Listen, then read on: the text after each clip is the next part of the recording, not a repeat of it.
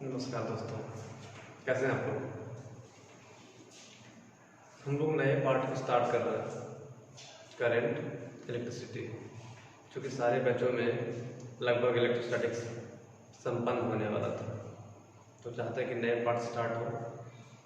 Current electricity start करते हैं।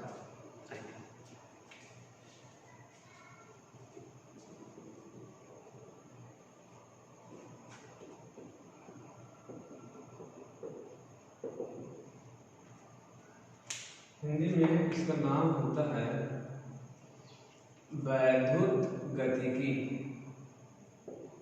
वैद्युत गतिकी याद करेंगे, पिछले पार्ट में पढ़े थे इलेक्ट्रोस्टैटिक्स में कि उसमें वैसे ही तथ्यों का अध्ययन करते हैं जिसमें चार्ज रेस्ट में होता है। बोले तो उसका वेलोसिटी जीरो होता है, v = 0। बट इस चैप्टर में हम लोग को वैसे तथ्यों के बारे में पढ़ना है जिसमें करंट मोशन में हो, charge in motion.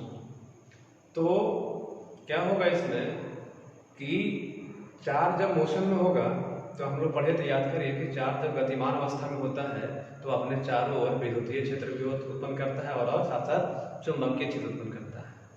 That means current electricity में हम लोग को ऐसे तथ्यों के बारे में पढ़ना है इसमें चार्ज मोशन में होता है। तो पहले इसको डिफाइन करते हैं, उसके बाद आगे बढ़ेंगे।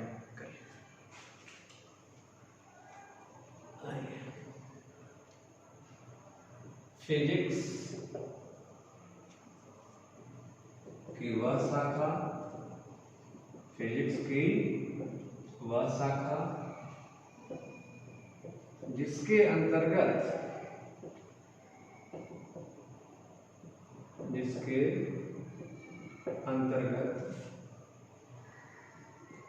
गतिमान आवेश, इसके अंतर्गत गतिमान आवेश तथा इस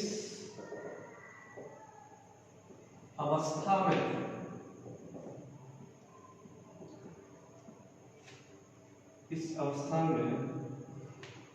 उपस्थित होने से उत्पन्न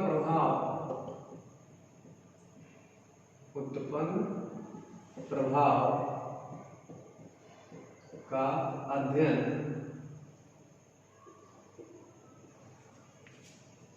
किया जाता है।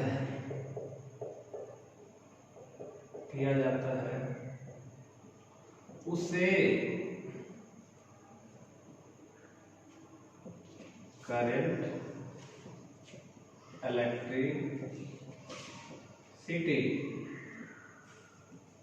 कहा जाता है। अब अगर बात की जाए तो करंट इलेक्ट्रिसिटी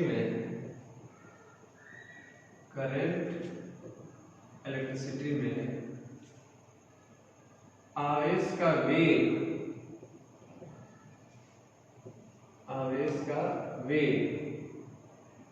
शून्य नहीं होता है।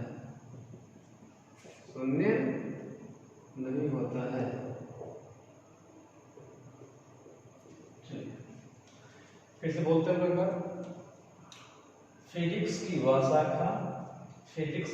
शाखा जिसके अंतर्गत गतिमान आवेश तथा इस अवस्था में उपस्थित होने से उत्पन्न प्रभाव का अध्ययन किया जाता है, उसे करंट इलेक्ट्रिसिटी कहा जाता है।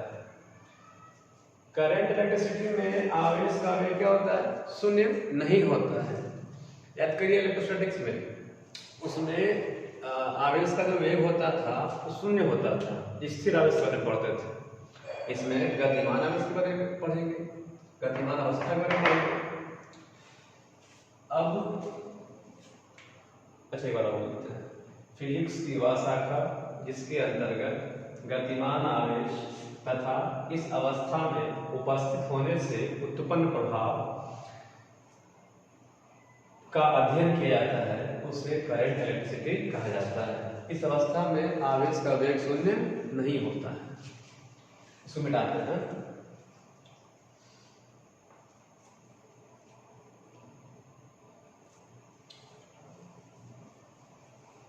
चलिए,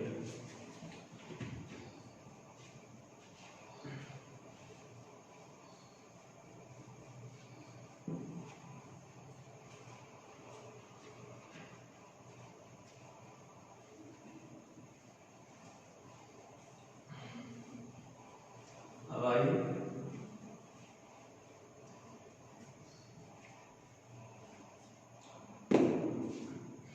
आगे बढ़ने से पहले एक इम्पोर्टेंट टर्म के बारे में पढ़ेंगे।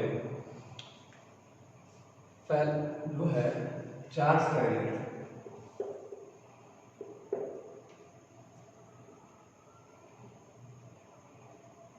चार्ज कैरियर हिंदी में इसको बोलते हैं आवेश वाहक। आवेश वाहक। अभी क्या होता है इसे समझेंगे।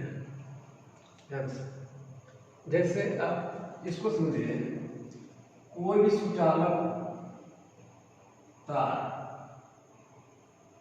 कोई सुचालक तार हो तो